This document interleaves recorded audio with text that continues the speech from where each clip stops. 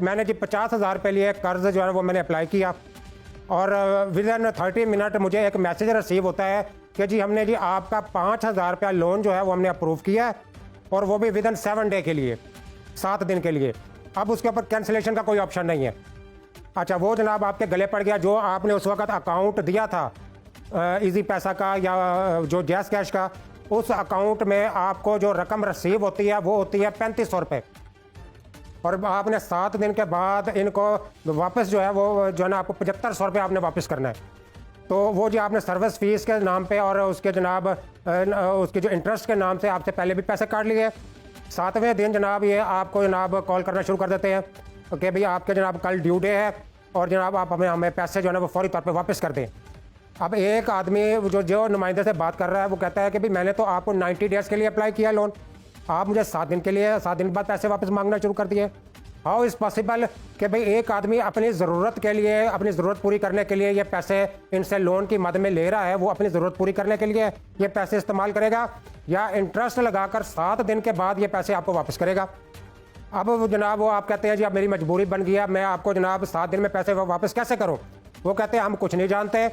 आपके मोबाइल का तमाम डेटा हमारे पास है, आपके तमाम फैमिली की कॉन्टैक्ट लिस्ट हमारे पास है, अगर आप हमें 7वें दिन पैसे वापस नहीं करते तो मजबूरन हम आपकी फैमिली को कॉल करना शुरू कर देंगे। फेक नंबरों से जनाब मुझे कॉल की गई, मुझे थर्ड किस्म के मैसेजेस किए गए, मेरे व्हाट्सएप के ऊपर मेरी ही सेल्फी लेकर, मेरी सेल्फी को एडिट करके पिक्चर बनाकर उन्होंने जनाब वो मेरे जब मुझे व्हाट्सअप करके मुझे दी गई और वो जो व्हाट्सअप किया गया वो इंटरनेशनल नंबर से किया गया, पाकिस्तानी नंबर इस्तेमाल नहीं हुआ। आज जब पैसे देते हैं तो पाकिस्तानी नंबर इस्तेमाल करते हैं, जब किसी को टॉर्चर करना हो, जब किसी को ब्लैकमेल करना हो तो ये इंटरनेशनल नंबरों से हमें व्हाट्सएप के ऊपर हमारी पिक्चर, हमारी फैमिली की पिक्चर, हमारा CNIC, हमारी कॉन्टैक्ट लिस्ट की पिक्चर वो हमें सेंड की जाती है, हमें ब्लैकमेल किया जाता है और हरासा किया जाता है। मैंने थ्रेडिंग के चक्कर में अपनी बीवी का जेवर बेच दिया, मैंने घर का AC बेच दिया, मैंने घर का सामान उठाकर इन लोगों को पैसे दिए। मेरा अब इनकी वारदात ये होती है कि जी आपके पास अगर टोटल रकम नहीं है तो आप ऐसा करें एक्सटेंड अमाउंट जो है वो आप मेरे जमा करवा दें।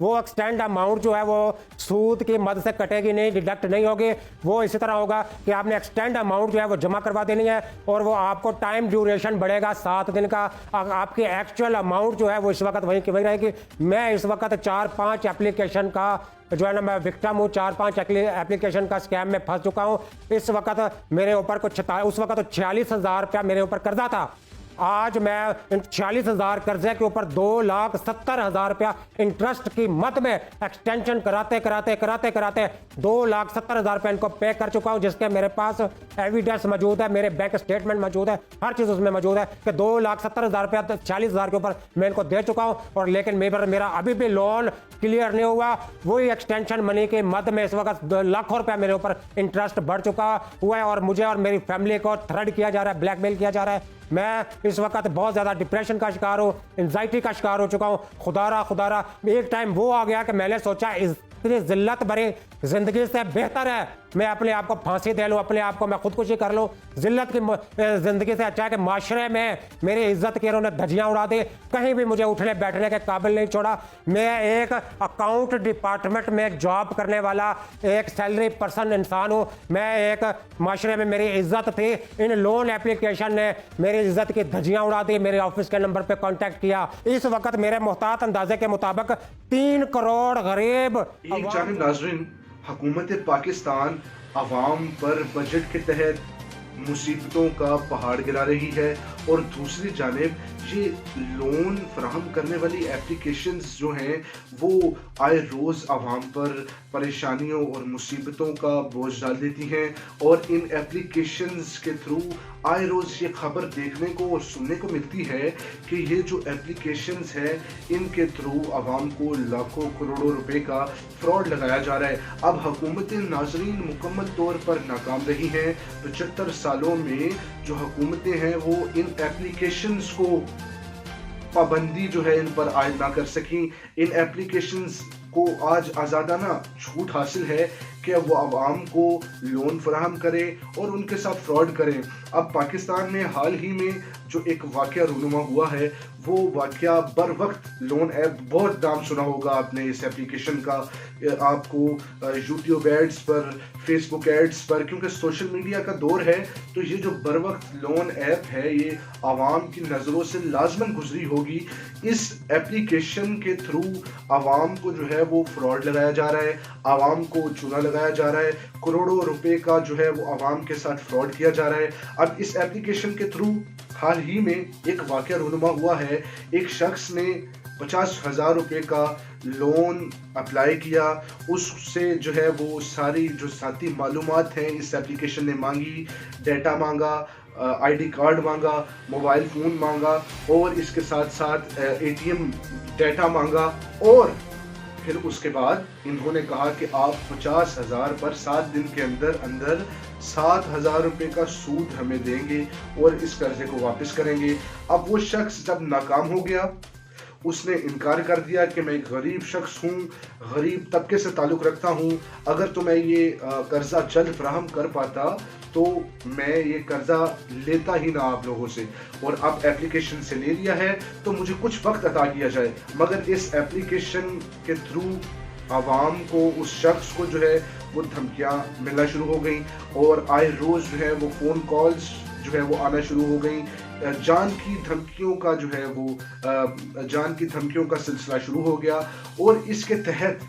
जो वो शख्स है वो आपको आगे वीडियो मिलेगी भी कि वो अपनी दास्तान सुना रहा है, दर्द भरी दास्तान, कि ऐसे ही आवाम जो है वो लुट जाते हैं। एक जानिब हुकूमतें जो हैं आए रोज़ जो माफियाज हैं वो आवाम को लूट रहे हैं, आवाम का जो पैसा है उनको बैरून ममालिक लेकर जाकर अपनी ज़िंदगियों को सेटल कर रहे हैं, मगर जो यहाँ की आवाम है उनका पैसा उन पर नहीं लगाया जा रहा, उनकी ज़िंदगियों को बर्बाद किया जा रहा है, उनके मुस्तकबिल के साथ खेला जा रहा है। और ये तमाशा नाज़रीन 70 साल से जारी है। ये तमाशा नाज़रीन आवाम 70 सालों से अपने साथ होते हुए देख रही है। ये जो बर वक्त लोन एप्लीकेशन टाइप की जो एप्लीकेशंस हैं, मैं आवाम को इस पर उजागर करूंगा, इस पर आप सबको कहूंगा कि हरगिज़ ऐसी एप्लीकेशंस पर एतमाद ना कीजिए। मैंने चेक करने के लिए गुज़िश्ता दिनों एक एप्लीकेशन को देखा, तो जब उसने मुझसे एटीएम की मालूमात मांगी तो मैं उस वक्त खौफज़दा हुआ कि यहाँ मामला कुछ ना कुछ गड़बड़ है। अब ऐसी सारी सूरत हाल में जब आवाम मजबूर होते हैं, वो मासूमियत के तहत अपना सारा डाटा फराहम कर देते हैं, और ये जो फ्रॉड लगाने वाली एप्लीकेशंस हैं, ये बर वक्त लोन टाइप की एप्लीकेशंस जो हैं वो आवाम को लूट लेती हैं। नाज़रीन, FIA और जो आवाम को प्रोटेक्शन फराहम करने वाले इदारे हैं वो मुझे नहीं मालूम कि क्या कर रहे हैं, मुझे नहीं मालूम कि ये हुकूमतें क्या कर रही हैं। वहाँ मौला अली अलैहिस्सलाम का फरमान है कि अगर एक शख्स भूखा सोता है, वो चोरी करके अपना पेट पालता है, तो उस शख्स का हाथ नहीं काटना चाहिए बल्कि हाकिम का हाथ काटना चाहिए। और यहाँ पर आवाम भूखी मर रही है, आवाम चोरी कर रही है, आवाम ही आवाम को लूट रही है, मजबूर हो चुकी है इन हुकूमतों के बायस, इन हुकूमती पॉलिसियों के बायस और इन हुकूमत की नाकामियों के बायस कि ये आज तक इन एप्लीकेशंस पर ही पाबंदी नायद कर सकी, जिसके तहत आए रोज मासूम आवाम का गला घोटा जाता है। नाज़रीन, मैं मुकम्मल तौर पर मज़म्मत करता हूँ और आप सबको भी यही कहूँगा कि हरगिज़ इन एप्लीकेशंस के जाल में मत फंसिएगा और ठीक राह से, मेहनत से जितना भी पैसा आता है उसको कमा कर अपने घर को खुशहाल बनाइएगा। नाज़रीन, ये तमाम हक़ाइक़ थे, इन हक़ाइक़ से नतीजा अख़ज़ करना मैं आप सब पर छोड़ता हूँ। अल्लाह ने के बाद।